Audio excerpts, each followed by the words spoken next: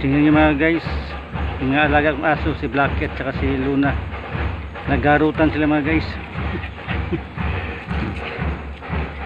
Hindi sila nag-aaway mga guys, talagang naggarutan lang, nagbibiruan pa kung sa tao pa. Ito si Luna mga guys, ano pa lang to, wala pang kalating taon. Itong si Blacky, may 5 taon na yata to.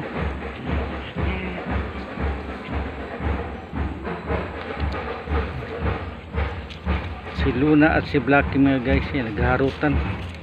Tingnan nyo, yun.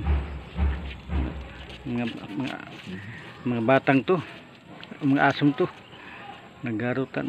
Ito.